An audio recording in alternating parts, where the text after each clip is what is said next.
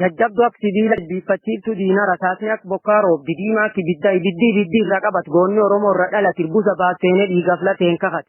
Woboon wanteen ta qabatan woboon gaachanni ka guyya rakkoo ka daanganittisan beektooftaaf murannoota marsaan leenjisan hojiilee lol keessata bara kan rakkoo jajjabdu Oromoo ilmaan sabaaf dhalchan bololtuu gufu qabsoo afaan irraan sirban wom jetti wom dhageenna wom dubbattime wal garra. Shanee baamnaa jettee guyyaa shanii qabatte maqarabbi guddaati guyyaa jallakkisi gonkumaa abdii qabnu woboon of ijaartee fagoo caaltee dabarte. Waan cufaan of dadhabdee olol olii gadoofte lola iyyusunum gootee miidiyaa waliin dhoofte maqaa addunyaan nuun hin beekne shane nuun jechuudhaaf afaan sin baqatin wobo jedhi nu yaame. Waan cufaan si qaalla dhugaa argaman yoo ati hin beeknu sitti hima wobo jechuun waraan gooti ilmaan Oromoo ka Oromummaa fi akka faayaa tuffate. Yoo gootummaa isa gaafate kakaan kaan buqqifate ijoollee gaafa Afrikaa ta daangaa abbaa fi gurguruu dhowwee tiffate dhiira Oromoof jettee takkatti jijjiirraa hin qabne lubbuu ofii wareegde. Tan barbaad bilisummaa waggaa duraa taate tan nam qabsoof hojjate nam wal dhabduun hin qabne tan nam kaayoo tan bu'aadhaaf abbaanu wal dhabdu. Badhaatu biyya abbaa nyaapha afaan luugamuuf wanni siin dubbattu Oromummaan tiifaa jetti qarshiin qaaliin hin bittu. Dhugum baanti dhugumaan dur dhaabbatti itti cabxeetti bututtee sabigiitii dhukkubdi tiilkoftee itti raffaadde jaallantii qaqaaliin Oromiyaa walaba lafeefiitiin jaarti. Woboon faayi gaachanii dhugaa argirra goree sob jedheen kijjibu alaga jalcecee gororeen diddiku fedhi akkasiin qabu fedhiin isa gurguddoon haadhe mootummaa buusu cinaacha ciisee rafu. Gaafinni cinaacha rafee haa jedhee qabbanaa'u gaafsirni burkutaa'ee asirra qulqullaa'u achi as rakkoon jibbu.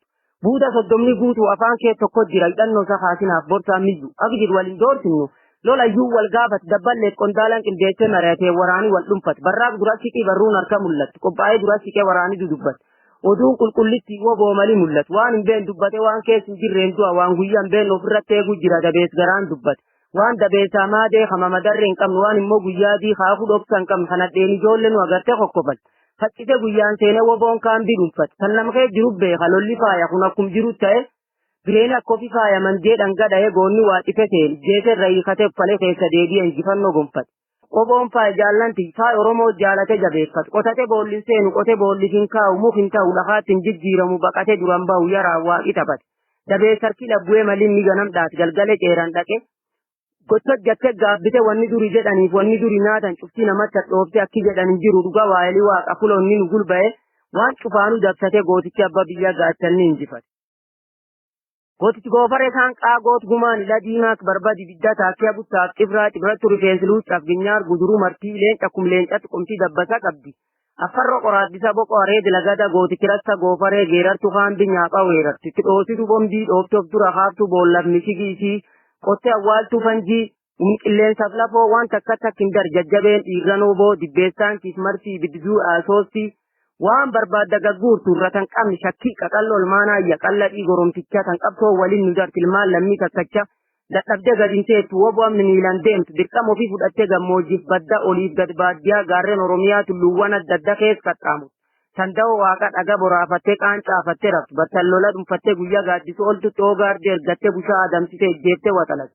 Dhiibba mootummaa kanaatiin rakkoo nu jidduu jirtu nu sabni warra akkanaa wanni hullaf jirtu san takkin garree takkin dhageenyu jedhu. Maan jennaan namuun beekaa waan takkin ta'in taanee waan hin argin hin qabnu nafxanya badduu gumii xinna rukkittu warri hin ceer kan fokkin hakanum juguugee kamafetti hidheeffatu kalaftan keessan qabnu ha immoo abba laftana qoxxisee taa'uu dhowu. Haas dhufe nurra quufee hiyyeessisu kaan sirbu. Kaabbaan xiqqin jedhu alagaan sirbedhiitti dhiirras miinca deemee daangaa adamsu akka saree saalaatu chii jedhanii mukaanii dabeessi warran ba'an korbaaseen warra hin doonemaan tanaan jiru enna dhiisa cabbonarra garbummaa ari'aan qabni jalatti Oromoon kuftu waan cufti tolchanii irraaftee dandeette ciniinnattee lammiinti Oromoon har'as ga'e. Barbaaddu Oromiyaa walabaa tolaan sabaaf hojjetti miinda tokkollee kan feenirreef gaachan uummata bubuqqittuu iddaan guurtu garbummaa afaan qawweetiin diiddu.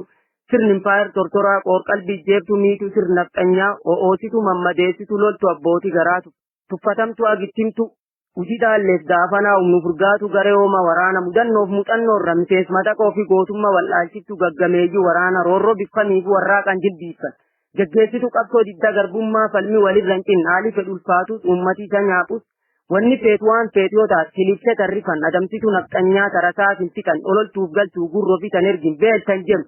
Eebutan jedhu injiraa injijjaa jedhanii qabsaa'ootiin sarmin ijoollee rabbi tokkoch malee eenyullee gadi hin jedhu. Dhaltee nu qabdu Oromoon gootichi abbaa lafa qabsaa'onni ilmaan sabaa nuu dhubboo ijoolleen woboo.